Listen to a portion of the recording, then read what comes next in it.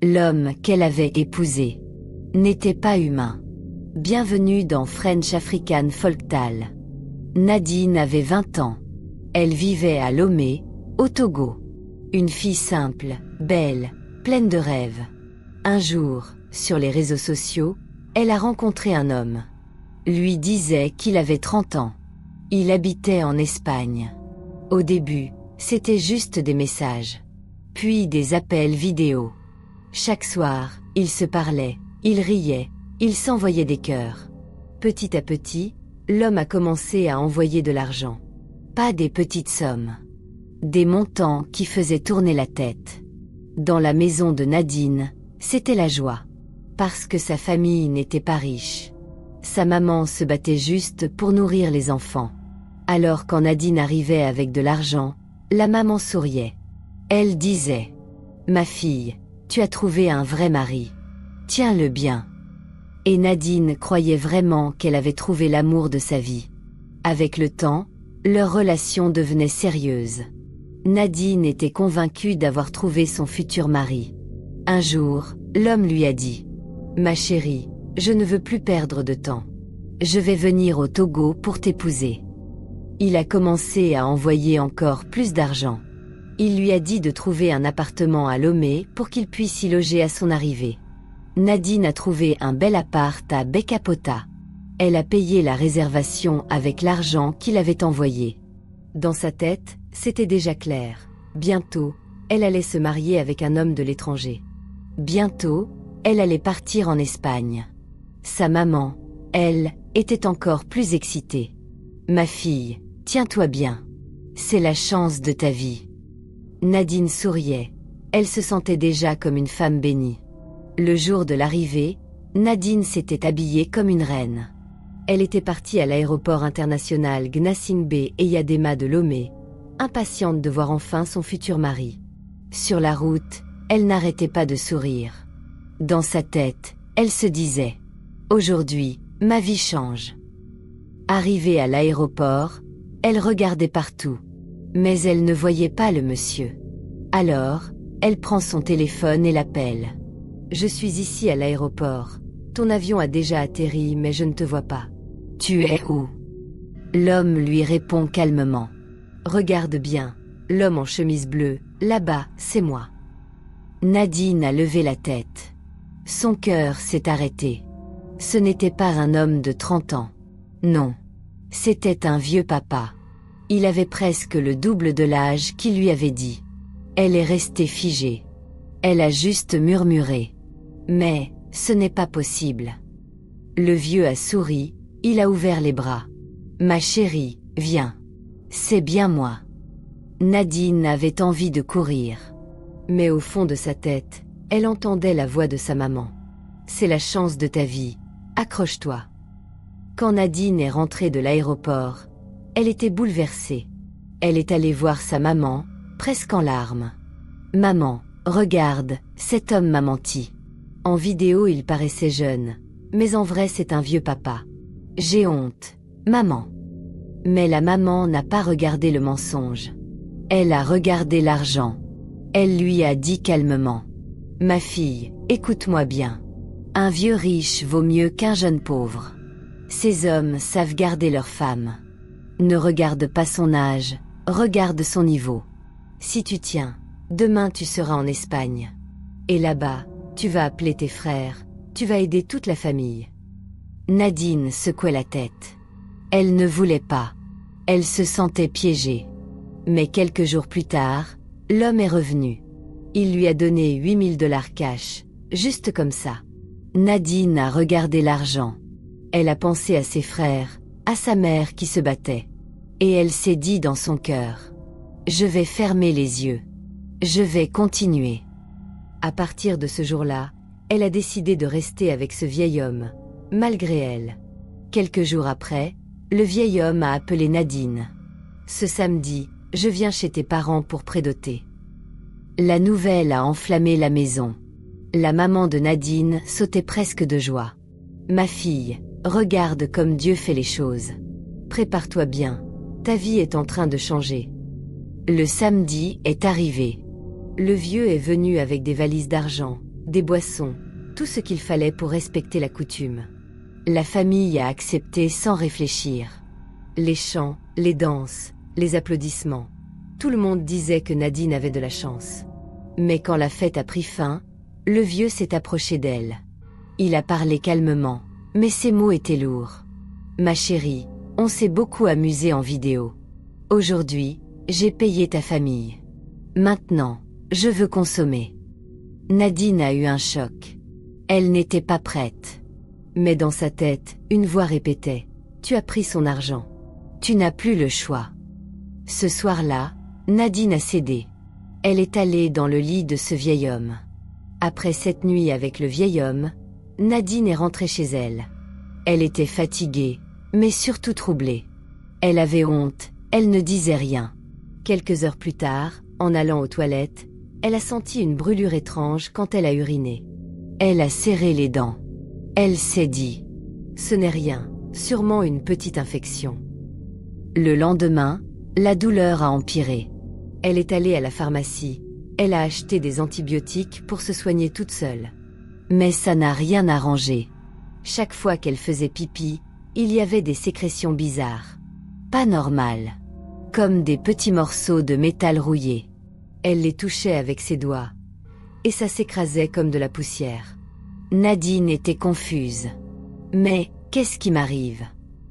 Elle pensait que c'était une infection passagère. Mais au fond, c'était le début du cauchemar. Malgré les douleurs, malgré les sécrétions étranges, Nadine continuait d'avancer. Le vieil homme avait donné encore plus d'argent.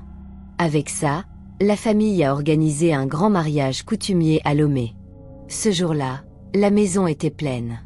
La musique tournait. Les habits étaient beaux. Nadine portait son pagne comme une vraie mariée. Tout le quartier regardait. On disait « Cette fille a trouvé la chance de sa vie. Son mari est venu d'Espagne exprès pour elle. » Les gens félicitaient la famille. La maman souriait, fière devant tout le monde. Mais Nadine, derrière son sourire, cachait sa douleur. Elle sentait que quelque chose clochait en elle. Pendant que tout le monde dansait, elle s'est isolée un instant. Elle a serré son ventre. « Seigneur, qu'est-ce qui m'arrive ?» Mais elle n'avait pas le choix. Le mariage devait continuer. Elle a pris sur elle, elle est sortie encore plus souriante.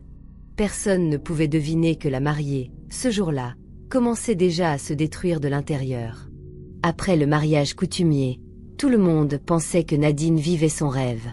Le vieux lui disait « Le mariage religieux, on va le faire en Espagne.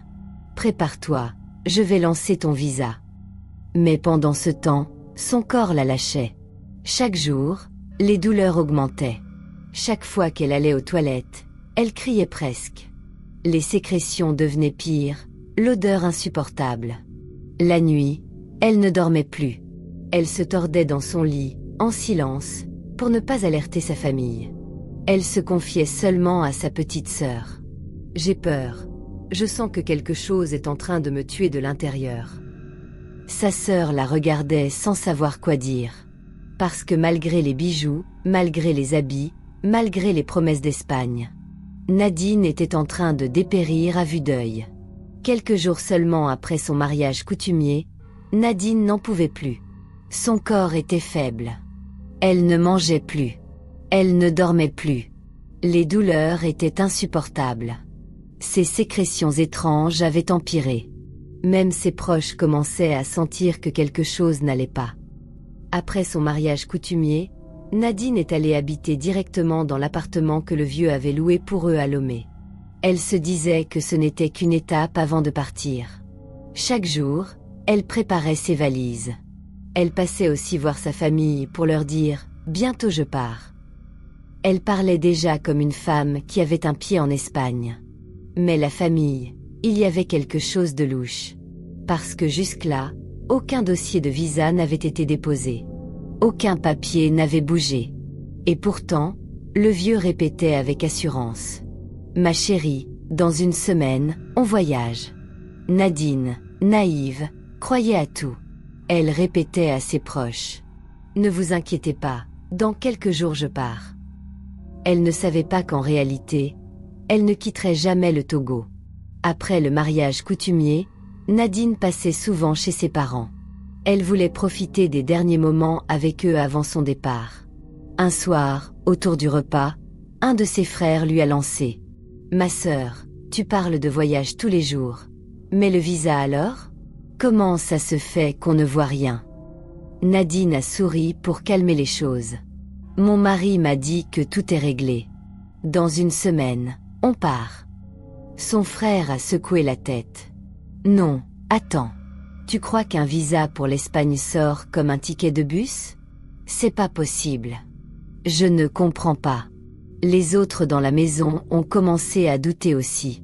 Nadine, gênée, a coupé court. « Laissez vos histoires. Dans quelques jours vous verrez par vous-même. » Elle voulait croire à son rêve. Mais sa famille, elle, commençait à flairer le danger. Pendant que tout le monde parlait de voyage, le vrai problème était ailleurs, la santé de Nadine. Depuis un moment, elle ressentait des démangeaisons insupportables en bas. Ça brûlait. Ça grattait jour et nuit. Elle était obligée de se frotter au point d'utiliser une brosse à dents pour se gratter à l'intérieur. C'était devenu incontrôlable. Les poils de sa partie intime tombaient avec la chair. Sa peau s'arrachait. C'était horrible. Nadine en parlait souvent à sa petite sœur, qui était sa confidente. « Ma petite, je ne comprends pas ce qui se passe. Ça me gratte, ça me brûle, ça me détruit. Je n'arrive même plus à couper mes poils tellement la chair se décolle. » La sœur la regardait, choquée, sans savoir quoi répondre. Nadine se disait peut-être que c'était la sorcellerie de sa famille, peut-être un mauvais sort. Mais en vérité, c'était beaucoup plus grave que ça. 3 jours avant la date du voyage, le vieux a appelé Nadine. Il lui a remis une grosse enveloppe remplie d'argent. Il lui a dit calmement: « Va déposer ça chez tes parents. C'est pour eux. Prépare-toi bien, parce que dans 3 jours, on part pour l'Espagne. » Nadine a pris l'enveloppe et l'a laissée chez sa maman. Mais dans son cœur, elle n'était pas tranquille. Ses démangeaisons étaient devenues insupportables. Elle n'arrivait plus à s'asseoir correctement. Ce jour-là, elle a dit à sa sœur: « Moi je vais voir un médecin. Je n'en peux plus. Si ce n'est pas ma famille qui m'attaque, alors je dois savoir ce que j'ai. » Elle est partie directement à l'hôpital. Quand les médecins l'ont examinée, ils ont été choqués. Ils lui ont dit: « Ma sœur, tu ne peux pas repartir comme ça. Ton cas est trop grave. Si on te laisse rentrer, tu risques de mourir. » C'est là que Nadine a compris. Quelque chose clochait vraiment. À l'hôpital, les médecins ont dit clairement à Nadine: « Ton cas est trop critique. On ne peut pas te laisser rentrer. Si tu veux sortir, il faut signer une décharge, mais sache qu'en route, tu peux mourir. » Nadine était sous le choc. Elle pensait à son départ prévu pour l'Espagne, 3 jours plus tard. Elle pleurait et répétait: « Mais docteur, je dois voyager le 14. Mon mari m'attend, mon visa est prêt. » Les médecins la regardaient, impuissants. Ils ont mis Nadine directement en observation.